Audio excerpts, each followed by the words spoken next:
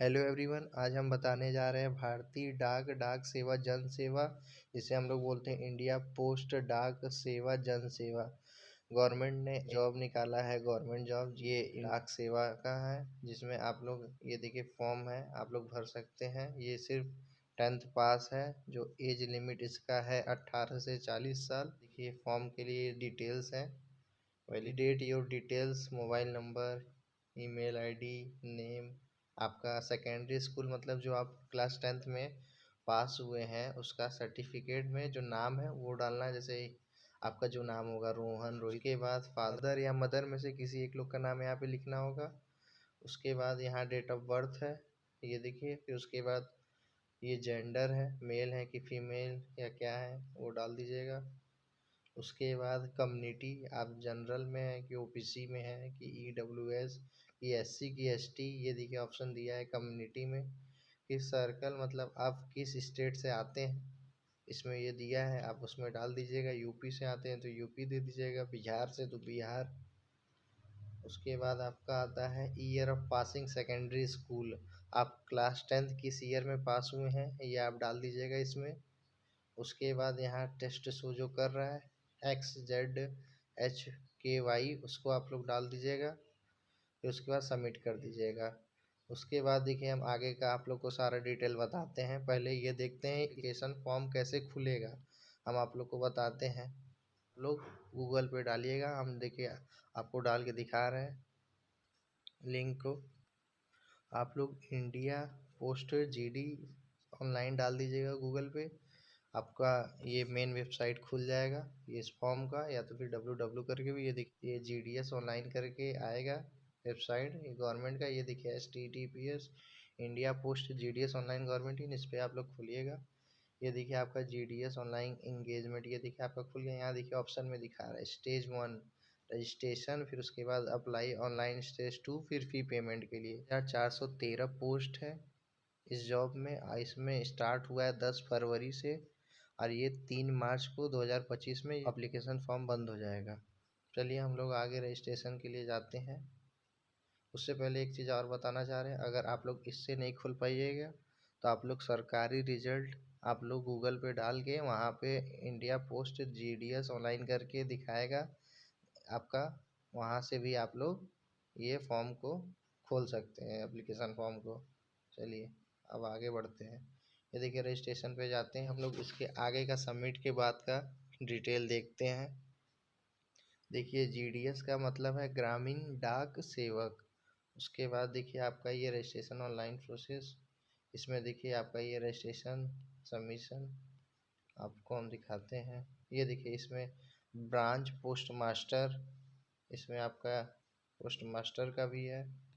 फिर उसके बाद असिस्टेंट ब्रांच पोस्ट मास्टर का भी है। फिर उसके बाद डाक सेवक का है पोस्ट। फिर देखिए इसमें देखिए जॉब प्रोफाइल के हिसाब से आपका पैसा सैलरी कितना होगा। जैसे देखिए BPM ब्रांच पोस्ट मास्टर का सैलरी 12,000 से 29,380, मतलब 12,000 to 29,380 होगा। असिस्टेंट ब्रांच पोस्ट मास्टर या डाक सेवक का सैलरी 10,000 से 24,470, मतलब 10,000 to 24,470, ये आपका सैलरी रहेगा।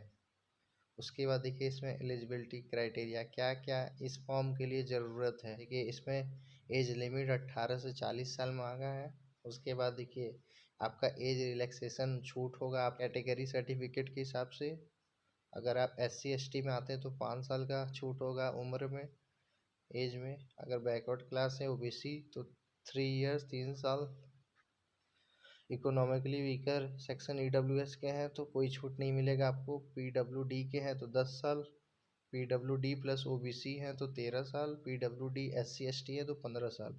इसमें जनरल और EWS को छूट कुछ नहीं मिलेगा एज रिलैक्सेशन में। उसके बाद हम लोग आगे बढ़ते हैं। एजुकेशनल क्वालिफिकेशन आपका इसमें क्लास 10th मांगा है। आप किसी भी बोर्ड से रहें, चाहे आप CBSE बोर्ड से हो, चाहे आप गवर्नमेंट स्टेट गवर्नमेंट से हो। इसमें अदर क्वालिफिकेशंस में कंप्यूटर का नॉलेज होना चाहिए आपको। साइकिल आप चलाना जानते होंगे तभी आपको ये एलिजिबल होंगे फॉर्म के लिए। एडिक्वेट मीन्स ऑफ लाइवलीहुड का मतलब है कि वो अपने परिवार का ज़रूरत पूरा कर सके, इसका मतलब ये होता है। उसके बाद अगर आपके पास रिजर्वेशन सर्टिफिकेट जैसे कि ST SC OBC EWS होंगे या PWD, तो आप लोग उसका सर्टिफिकेट चाहिए होगा उसमें। देखिए अपर एज लिमिट का EWS में रिलैक्सेशन नहीं होगा। ST SC OBC का 10% 10% रिजर्वेशन होगा आपका GDS पोस्ट में।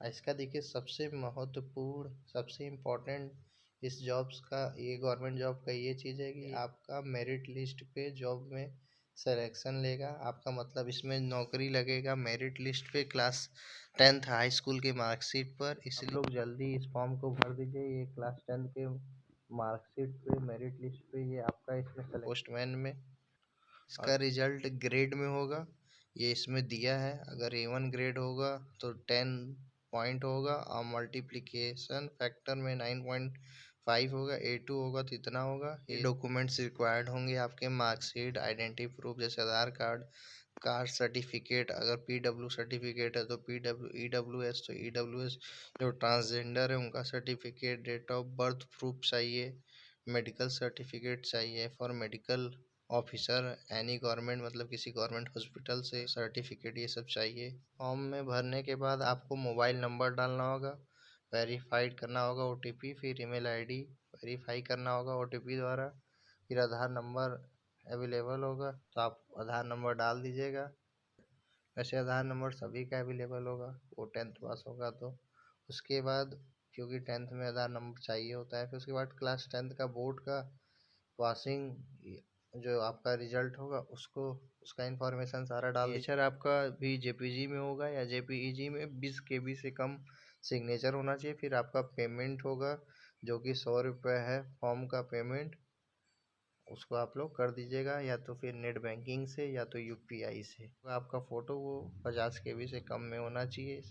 आप लोग का स्कैन फ़ोटो होगा, स्कैन मतलब प्रिंटर का स्कैन होगा फ़ोटो, स्कैन सिग्नेचर भी होगा।